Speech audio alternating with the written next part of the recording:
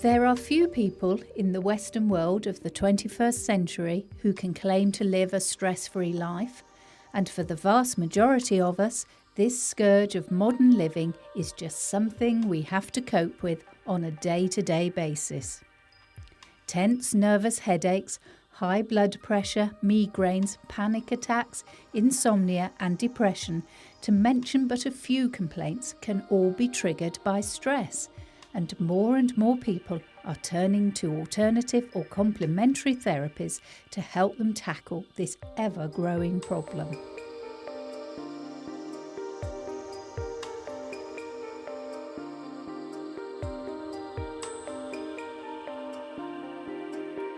Some treatments are more familiar than others. Massage, reflexology and aromatherapy are widely accepted as being beneficial, and even the most sceptical sufferer has been pleasantly surprised at how effective these side effect-free therapies can be. However, there are other treatments not quite so widely known, and this programme will provide you with a complete guide to Indian head massage, or Champissage as it's sometimes described, one of the more recent therapies to emerge in the field of complementary medicine in the West.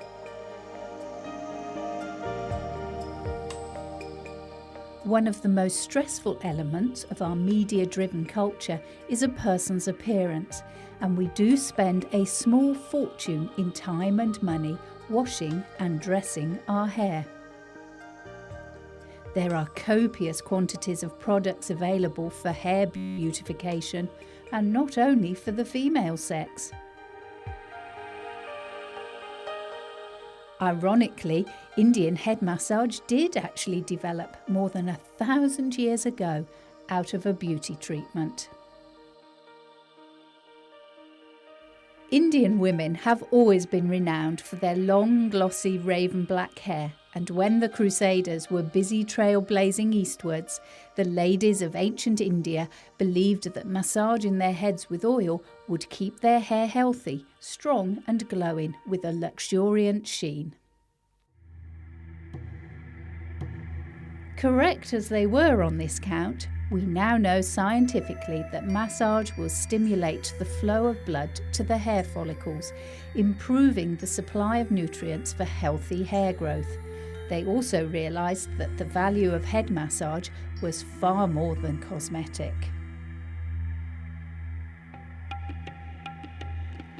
As the hub of Indian family life, the women shared the wonderful health-enhancing secrets of head massage through the entire family. Over the years, the techniques were passed from generation to generation, and to this day, Indian babies will receive head massage on a daily basis. Also, not to be outdone, the Indian men developed their own head massage, and it became the province of the barber. If you're lucky enough to travel to India, most barbers provide Indian head massage, but you'll see it on offer on street corners, beaches and busy markets as well, so you can experience this relaxing treatment in a surprisingly wide variety of locations. To understand how Indian head massage works, just as with many alternative therapies, we do need to take a step back from our high-tech Western medical practices and look at healing and well-being from a completely different perspective.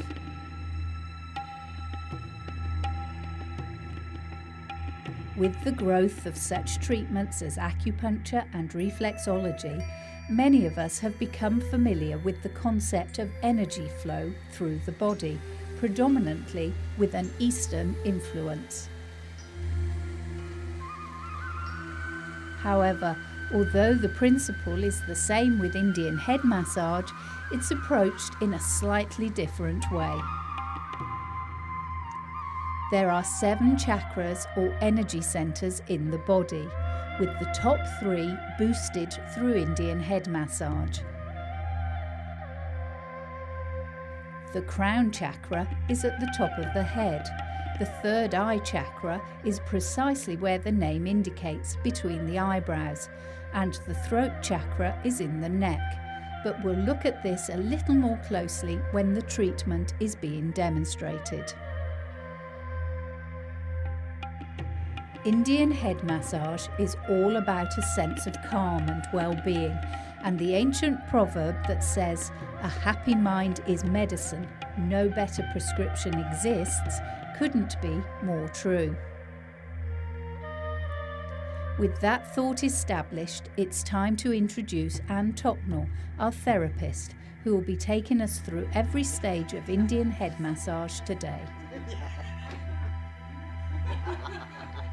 Anne is a very experienced healer who practices a variety of therapies to treat her clients holistically. Along with reflexology, aromatherapy and Reiki, she finds that in some circumstances Indian head massage is extremely valuable, particularly when tense, stress-induced headaches with neck and shoulder muscle pain are the predominant symptoms. If you go to any reputable therapist for Indian head massage, you'll be asked a series of very straightforward questions to build up a picture of your overall health, medical history and general lifestyle at the outset. From this consultation, Anne will be able to work out the best treatment to offer and give any follow-up tips about how to maximise its effectiveness at home.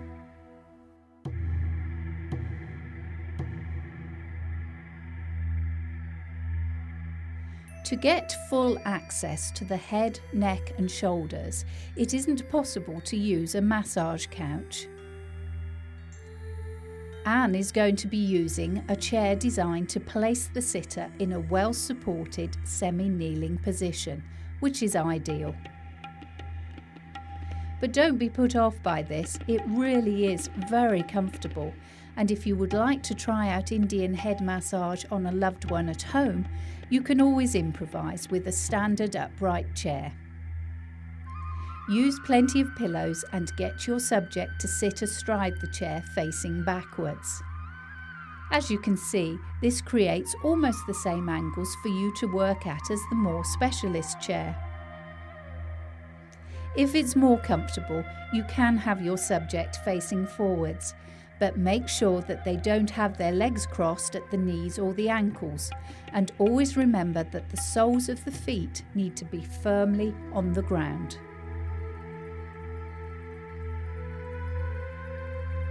At the beginning of any Indian head massage, your therapist will always take a few moments to focus, and this is often described as grounding.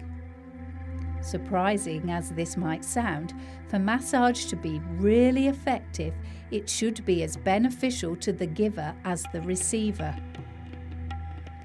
It's no point trying to give any kind of massage if you're feeling stressed or unwell yourself, so taking time out before you get started to make sure that you are in an appropriate frame of mind is very important. The connection between the giver and the receiver in Indian head massage is very strong, and the first part of the treatment involves the gentle laying of hands on the top of the head, waking up that crown chakra. Both giver and receiver need to take long, steady breaths while this is happening, because it will really help with relaxation. The first time you try Indian head massage, it can be a little unnerving in the initial stages, as you won't know what to expect, but this process will make you feel more at ease. Over just a few minutes, Anne will make contact with all areas of the head, the scalp, the forehead and the back of the neck, so that her recipient is now perfectly at ease with being touched. Anne can then confidently rock the head backwards and forwards, very gently, knowing that there will be little resistance, and this also induces a deeper state of relaxation. Making your recipient comfortable and able to relax with you is crucial, and if you're trying this at home, there are lots of things you can do to create a peaceful, healing ambience. A little later, you will see how you can use massage oils to enhance Indian head massage, but aromatherapy can be very helpful in creating a lovely environment in which to be the giver or the receiver. Scented candles are not only beautiful and give off a subtle soft light, they also build an atmosphere depending upon which aroma you choose. With lavender candles, you could add an extra healing element if the person you are treating suffers from insomnia, whereas a more invigorating lemon fragrance candle would be far more stimulating. If you want to take this a step further, you can use an aromatherapy burner in the room. Add a few drops of your chosen oil to water in the bowl, and the gentle heat from the tea light will evaporate the aroma into the atmosphere. Here are a few suggestions for good oils to use with Indian head massage.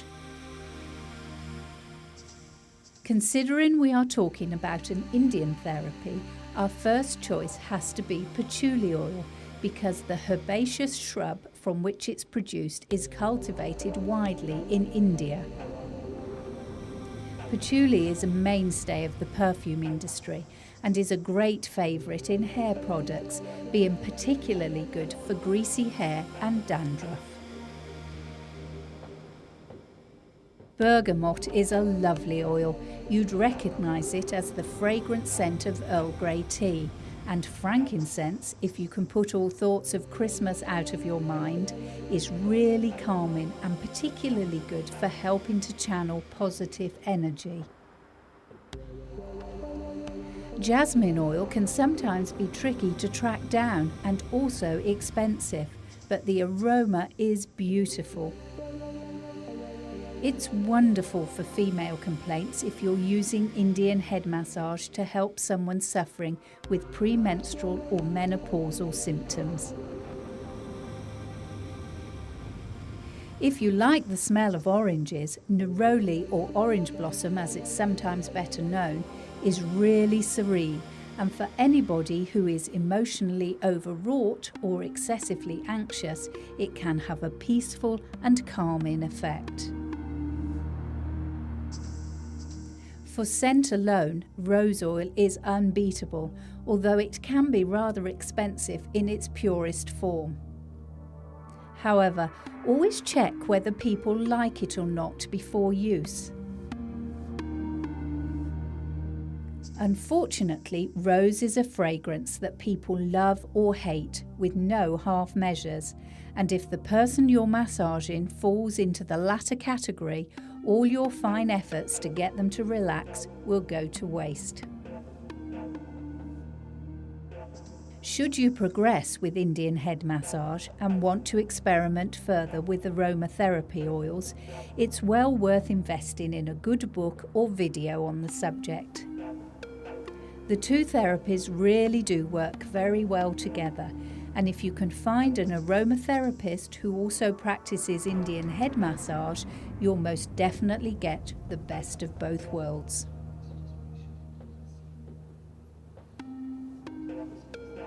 Returning to Anne and the next stage of Indian head massage, it may come as something of a surprise that the head doesn't feature at all in the next part of the process.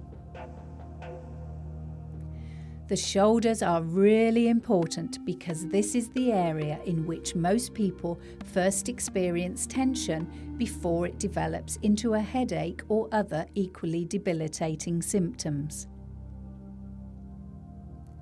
Of all our joints, the shoulders should be the most flexible, But unfortunately, our modern day lifestyles tend to put far more pressure on the shoulders than they were ever, anatomically speaking, designed to take. Think about sitting at a computer all day, slumped over, and you can immediately appreciate the problems. The ribs are restricted, circulation is poor, and it plays havoc with the digestion. Not surprisingly, energy becomes trapped in the shoulder region and the whole body is thrown out of balance. As a stressful day unfolds, we are all inclined to raise our shoulders as the tension mounts. And the first thing that happens when this massage begins is that the shoulders relax and drop. Full access to the shoulders is crucial, and if your recipient has long hair, it needs to be put up out of the way. After effleurage, which is basically a friction rub, Anne can move on to some more specific movements. There are lots of different techniques you can use, and if you watch Anne at work here, you can see her using thumb-driven actions and stretching to really loosen up her recipient's shoulders.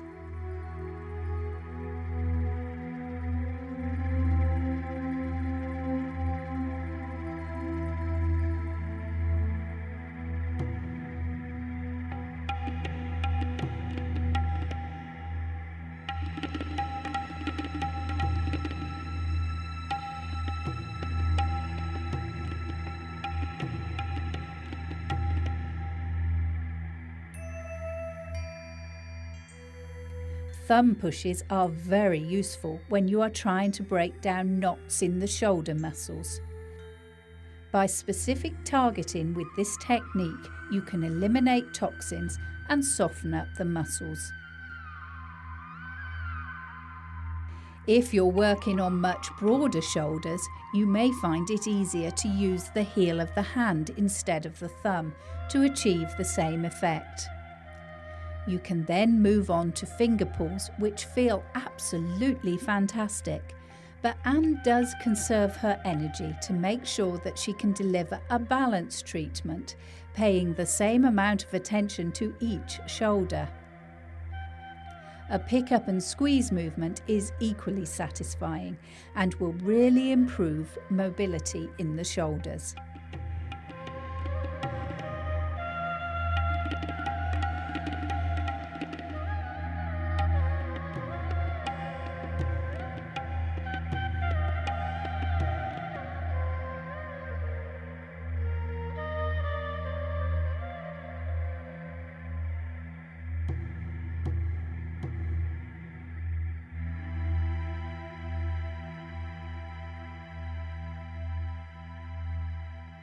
With so much shaking up of the toxins, a nice ironing down the arms with the heels of the hands will help to drain the toxins away. This is also a wonderful muscle relaxant, and if you've only got a few minutes to help a loved one relax, this technique is superb. The integral relationship between the head, neck, shoulders and upper arms will be reflected throughout Indian head massage, and Anne moves from the shoulders down the upper arms to complete this part of the massage.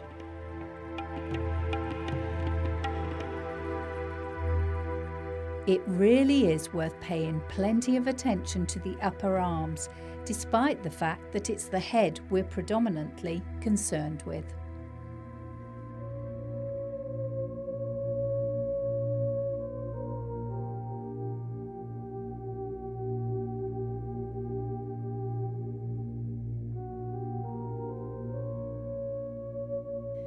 Time to get a little closer to the head now, as Anne starts to work on the neck. It's at this point that it can be really helpful to use massage oil on your hands so that the delicate skin of the neck doesn't get dragged. If you have an interest in aromatherapy, a few drops of your chosen essential oils added to a carrier oil such as wheat germ or grapeseed can be most beneficial.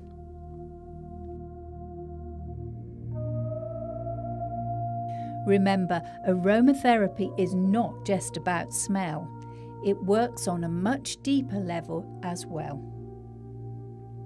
Essential plant oils such as lavender, rose or jasmine can actually penetrate the skin and enter the bloodstream through massage, so it's well worth giving some thought to how you can enhance your Indian head massage with aromatherapy.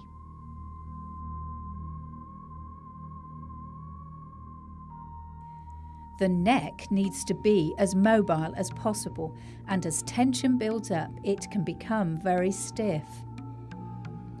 On a physical level, Anne is able to loosen the neck muscles with massage, but you do have to open your mind to a more spiritual approach as well. The throat chakra is a vital energy point, particularly when it comes to communication. If the neck region becomes stiff and restricted through tension, it's possible that a person will find it very difficult to express themselves freely. This can cause considerable frustration and start a vicious circle, as the individual in question may well lose confidence and a sense of self-worth. Also, if you're giving Indian head massage to a recipient who spends much of their time biting their tongue, so to speak, pay particular attention to the neck area and throat chakra. It's surprising how much stiffness will have accumulated. Indian head massage is suitable for all ages, but do take extra care if your recipient is more advanced in years. Sadly, as we get older, the neck muscles become stiffer and mobility is more difficult, so you do need to be aware of this.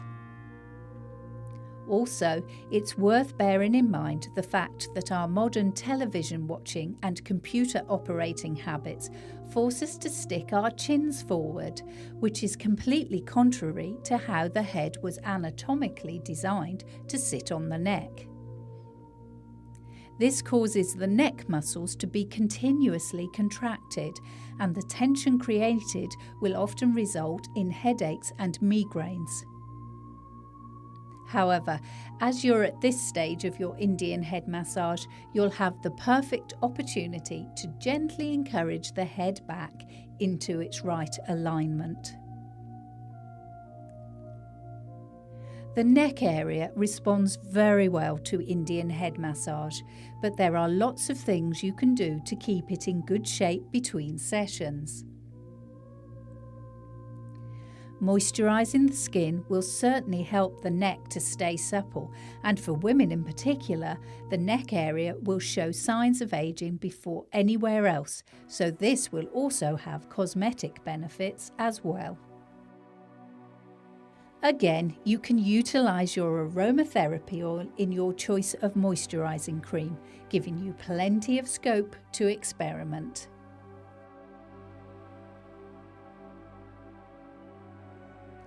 There are some very practical things you can do in your day-to-day life to help your neck to function properly. How you sleep is very important, and having a pillow that supports the neck adequately is crucial. We're all guilty of not renewing pillows as often as we should, so treat yourself and your neck to some well-earned TLC and splash out on a good quality support pillow. Try not to sleep on your front, because it means you have to turn your head to breathe, and this really puts an awful lot of strain on your neck muscles. Here's another good tip. When setting up your computer, make sure that it's at the right height for you to look at the screen straight on without bending your neck.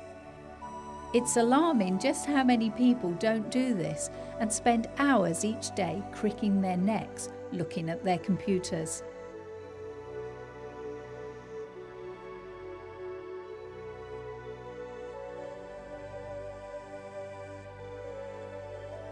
It's taken some time to get to the head itself, but finally we're there.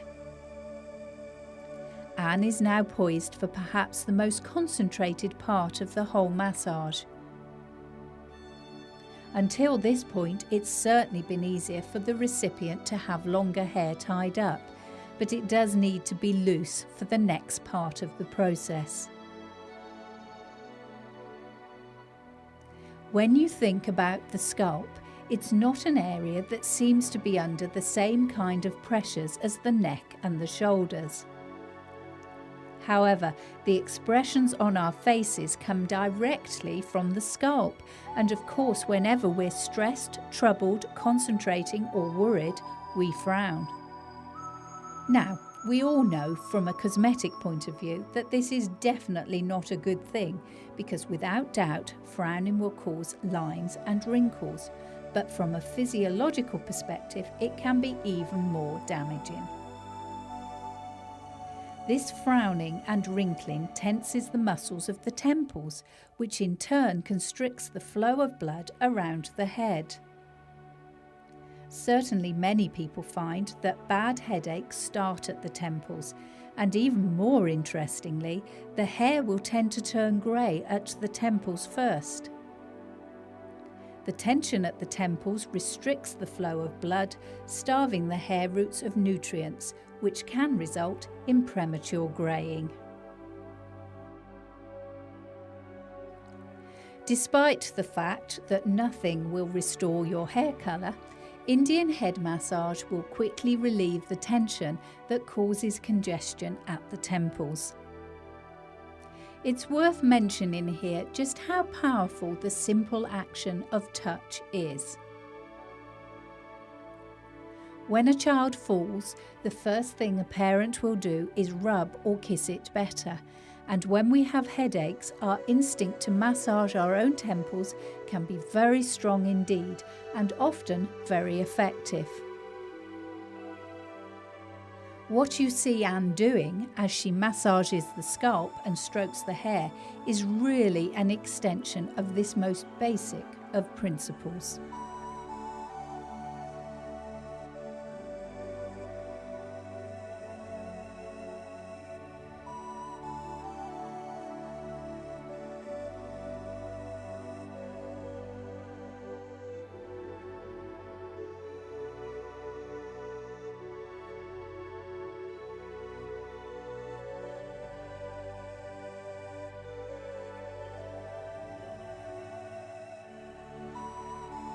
It has to be said that this section of Indian head massage does look very different to other massage-based therapies, but it's one of those treatments you really should try for yourself. Anne has done a very good job of relaxing her recipient so that she can maximise her beneficial work on the scalp, and surprising as it may seem, it's not unusual for people to doze off to sleep through an Indian head massage.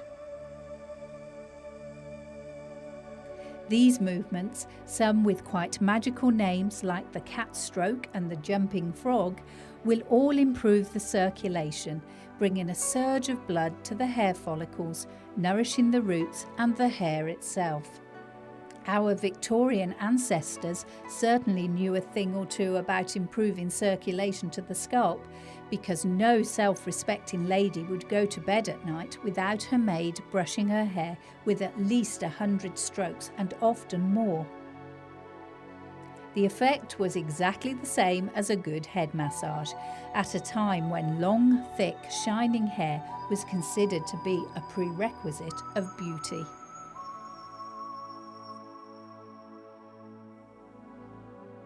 As well as bringing nutrients, the circulation equally has the function of removing toxins that build up as a result of muscle tension. This is most definitely an added bonus, because if you've consulted an Indian head massage practitioner for help with a medical ailment, you'll also find that the condition of your hair will improve dramatically as well.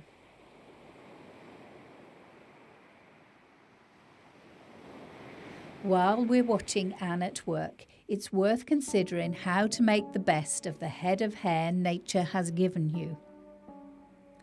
There are people who claim that we don't actually need to shampoo our hair because the head's natural oils will keep everything in good condition, but this is perhaps a little extreme, although it is a fact that shampoo strips the hair of its natural oils, so if you can keep its use to a maximum of twice a week, then all the better.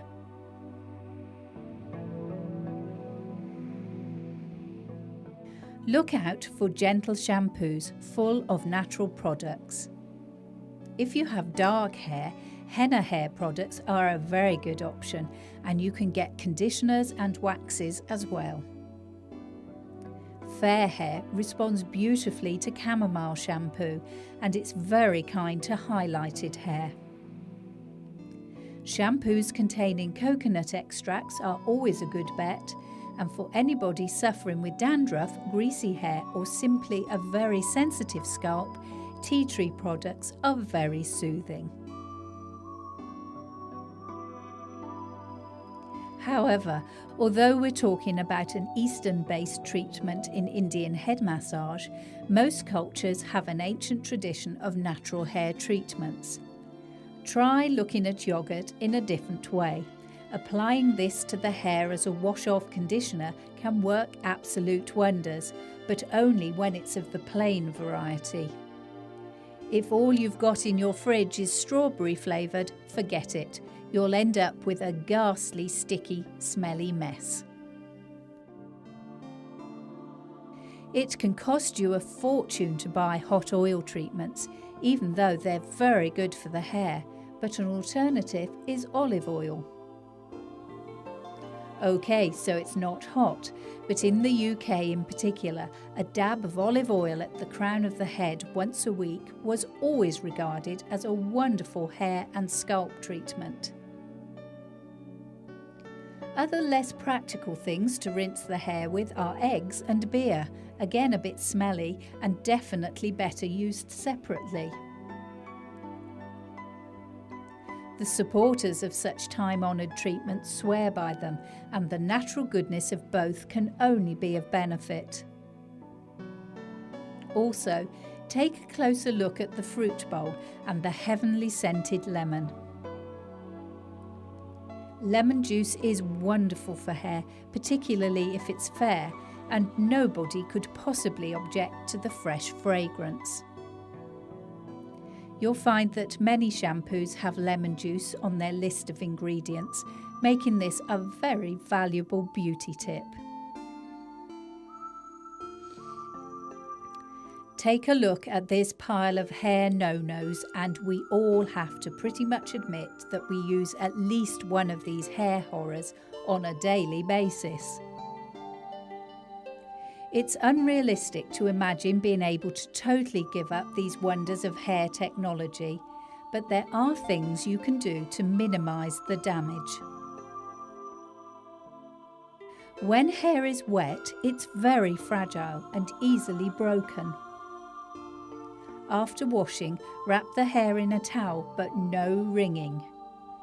You need a comb, not a brush when it's wet, working up the hair to the roots, not the other way round. If you let your hair dry naturally, then this is the best option, but if you must use a dryer for styling, let your hair dry naturally for as long as possible and only finish off with the heat.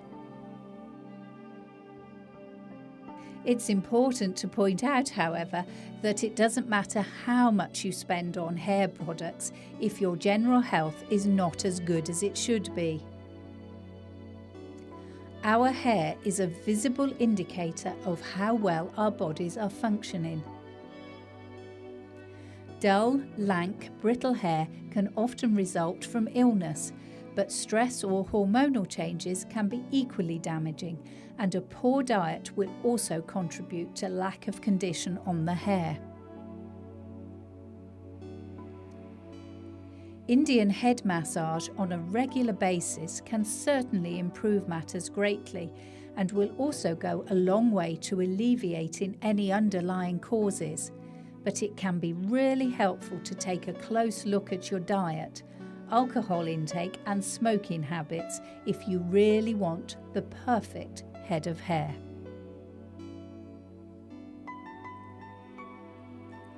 As Anne's Indian head massage draws to a close, she focuses on her recipient's face and concentrates on the third eye chakra. This may sound less than scientific, but the truth is we all have healing hands. Just because it's something you've never done before doesn't mean you can't. Undoubtedly, practice will help, and these movements that Anne is demonstrating are lovely to try on a partner. As you lay your hands on your recipient's face, concentrate on passing your healing energy through your fingertips. It really does work, and if you want proof after giving a massage like this, just put your hands to your own face and you'll be amazed at the heat that has been generated. Moving down the face to the jaw area will again relieve a lot of tension, as the expression gritting your teeth in a stressful situation describes precisely what we all tend to do. Releasing pressure around the joints of the jaw and along the jawbones to the chin can be surprisingly liberating before moving on to the ears. Even if you don't like the idea of having your ears massaged, this is worth trying. You'll find a very high concentration of nerve endings in the ears, and the massage will make them feel positively hot. The energy generated will rush through the whole body, which is absolutely wonderful. For couples, this can be a very sensual affair, and Indian head massage can be a valuable way of sharing love, care, and nurturing within a relationship.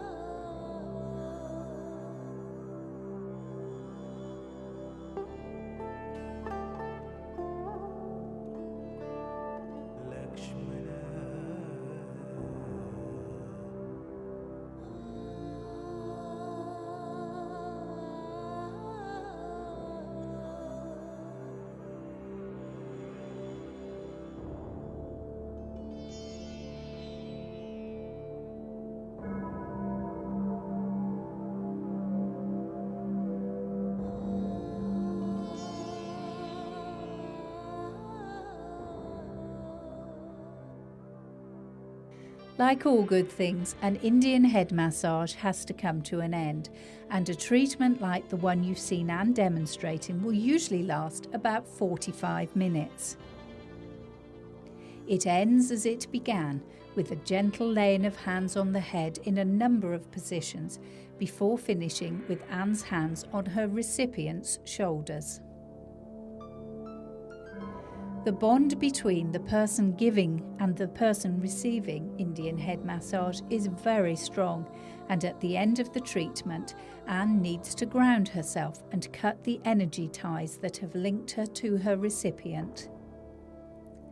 You can see for yourself how perfectly relaxed both of them are, which is definitely the telling hallmark of a good Indian head massage session.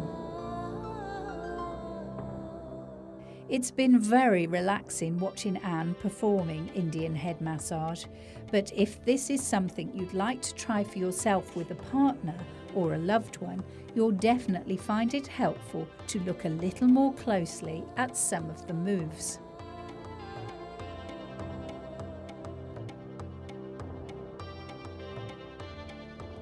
If you've never experienced hacking, you could be forgiven for thinking it's a bit of a painful process, but it's very light in the touch, although incredibly stimulating as it boosts the circulation.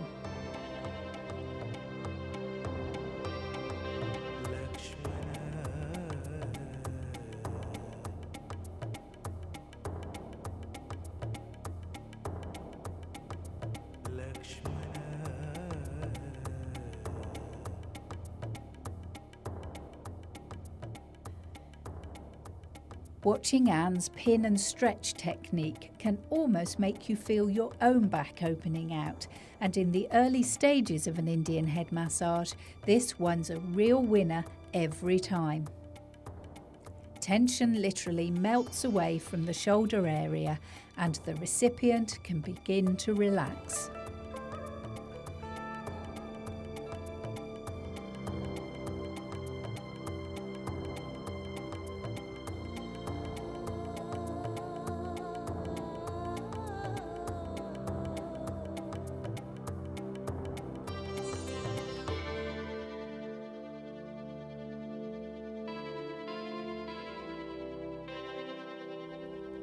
Thumb circles are very useful in any type of massage, and although they are a fantastic part of Anne's Indian head repertoire, you can use them in other areas as well. If you're all knotted up in the calf muscles after an over-rigorous workout in the gym, thumb circles are a great relief, and you can do them for yourself.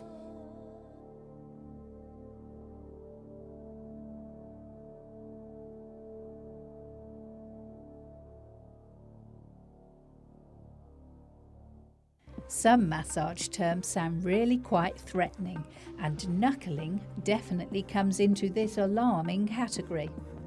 However, when you see this technique put into practice, it's actually only so named because the knuckles are used rather than the fingertips. If you find your recipient's muscles particularly resistant, this can be a very good way to loosen things up. And if you've got some stubborn areas of toxin buildup, which you'll recognise as lumpy granules under the skin, you can really disperse them very efficiently without overstraining your fingertips in the process.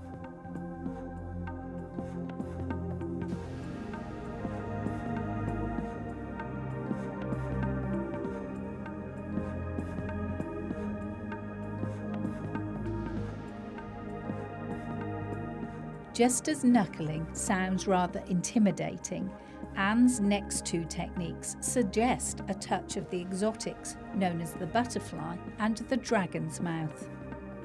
The butterfly is a lovely circular massage which works upwards slowly with the whole hand, and the dragon's mouth is pretty self-explanatory with a grasp and release motion that is almost mesmerising.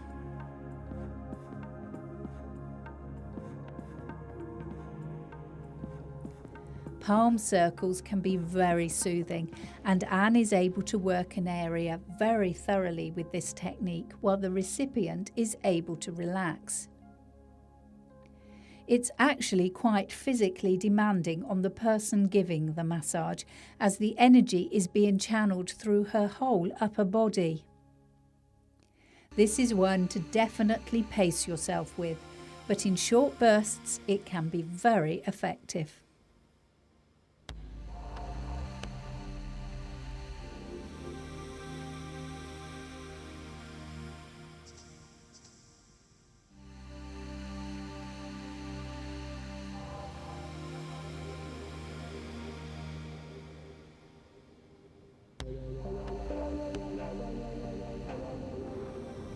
The jumping frog has definitely got an air of frivolity about it, and it's certainly appropriately named.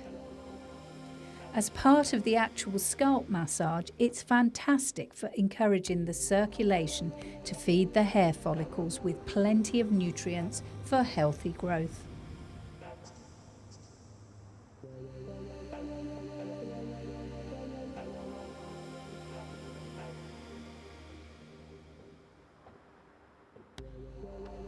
Cat strokes are very familiar in all types of massage, but are particularly effective when dealing with the hair. Considering the abuse we expect our hair to tolerate with dryers, straighteners and other instruments of red-hot torture, it's hard to believe that hair is actually a living and growing extension of our bodies. A little TLC with the cat strokes is definitely in order and feels very pleasant into the bargain. This is a technique that's worth trying if you're massaging a recipient's back, because the long, sweeping, stroking movements are ideal when you're encouraging a positive flow of energy. This next technique is called the windscreen wiper, and again is very appropriately named. It requires a light rubbing movement with the ball of the hand and is really great for the first stage of the scalp massage. It's designed primarily as a warm-up exercise, improving the overall circulation. One of the most tangible benefits of this kind of scalp massage is the way in which it disperses the hair's natural oils. The whole length of each hair is treated to nature's own hot oil remedy, and the condition is given a real boost, particularly with this type of more rigorous technique. We talked about effleurage when Anne began her Indian head massage, which sounds complicated but simply means a friction rub. It actually requires a light touch and is a very nice way to get any massage started.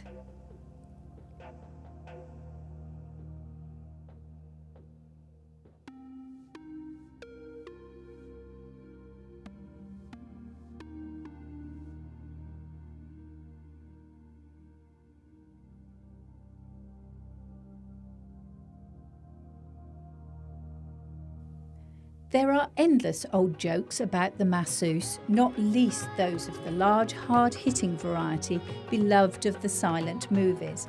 And when you hear the word percussion applied to massage, it does tend to conjure up a less than flattering picture. But Anne is performing percussion here, or patting as it's sometimes termed. And as you can see for yourself, it's a most invigorating and painless process that works wonders for the circulation.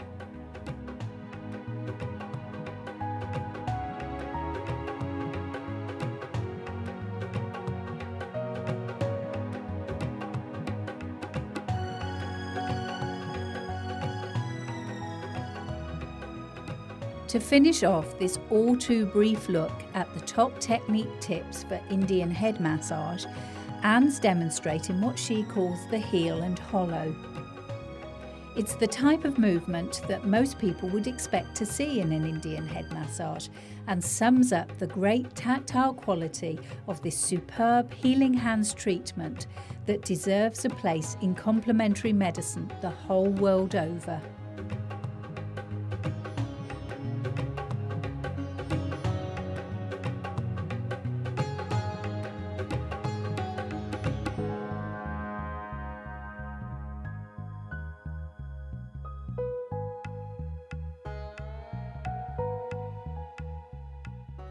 After watching Anne's fine efforts, you'll hopefully be inspired to find a therapist who offers Indian head massage in your area to give it a try.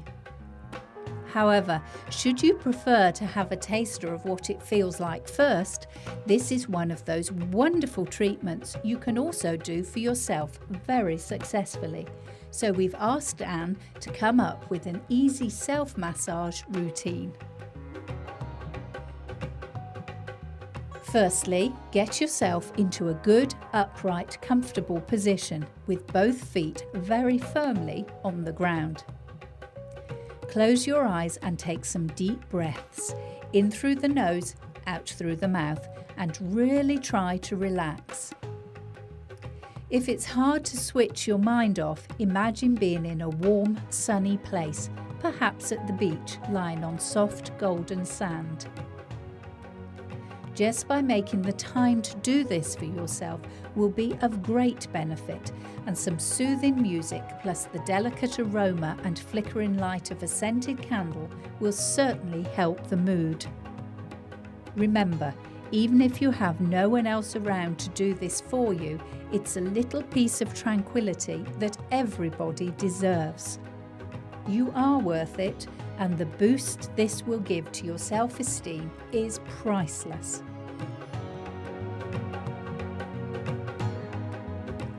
Once you're comfortable and ready to begin, you can start work on the shoulders, kneading gently with the heel of the hand. At this stage, use the palm, not the fingertips, and just enjoy the sensation. If you'd like to use a little massage oil, that's absolutely fine, and obviously working with aromatherapy here will just give you an added bonus. Pay particular attention to the arms. If you're getting it right, you'll notice the skin quickly getting pink and feeling warm. This means you're successfully achieving your goal.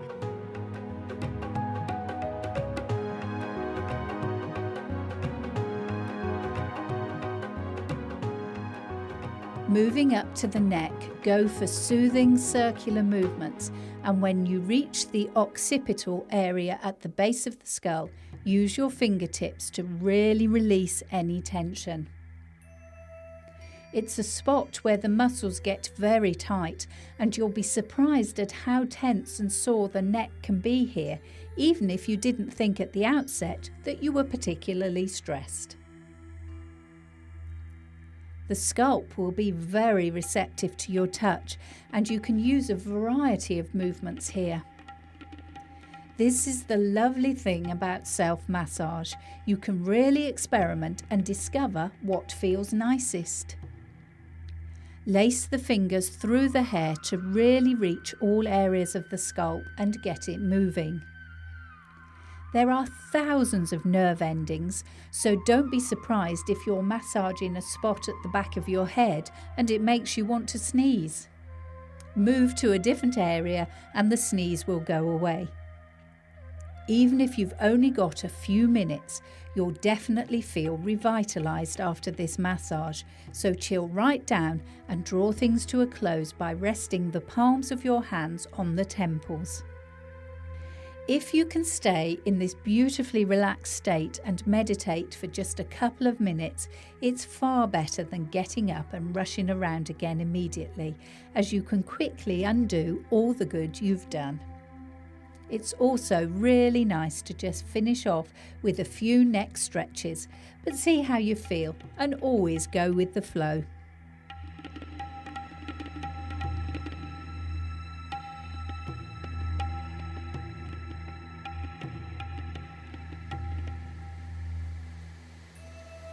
And so our Indian head massage program draws to its inevitable conclusion. Hopefully you'll have been both entertained and enlightened about this wonderful therapy that literally works miracles for both the body and soul. Having seen what's actually involved in an Indian head massage, you can confidently find a therapist in your area to give it a go. However, even if you don't get quite that far, the self-massage is well worth trying out. Remember, you can do this anywhere, sat at your desk at work or in a few minutes snatched during a hectic lunch hour. But if you can possibly set aside a little pampering time for yourself at the end of the day, the experience will be all the more rewarding.